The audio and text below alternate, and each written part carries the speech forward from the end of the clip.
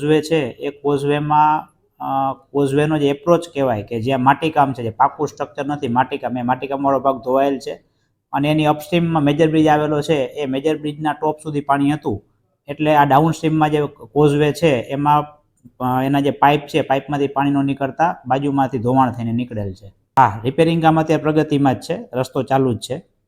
બીજું, ટોટલ જે નુકસાનીમાં જે સ્ટ્રક્ચરો હતા એ 46 જેટલા સ્ટ્રક્ચરો ડેમેજ થયેલા હતા. એ સ્ટ્રક્ચર ડેમેજ માટે જે ઇમિડિયેટ રિપેર કરવાનું હોય એ અમે કરી દીધું છે, પણ પરમેનન્ટ રિપેરિંગ માટે જે દરખાસ્ત કરવાની છે એ સરકારમાં ટોટલ નુકસાની 107 કિલોમીટરની લંબાઈની છે.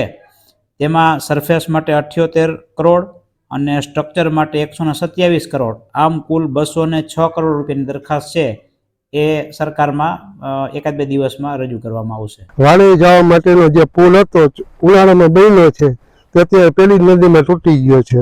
વાડી અવર જવર થાય એમ છે નહીં, પાણી બહુ જાય છે, અંદર રપાય એવું છે નહીં. વાડીએ ખાતર કે જવું હોય તો જઈ શકાતું નથી. વાડીએ જવા માટે રસ્તાનો બહુ તકલીફ છે,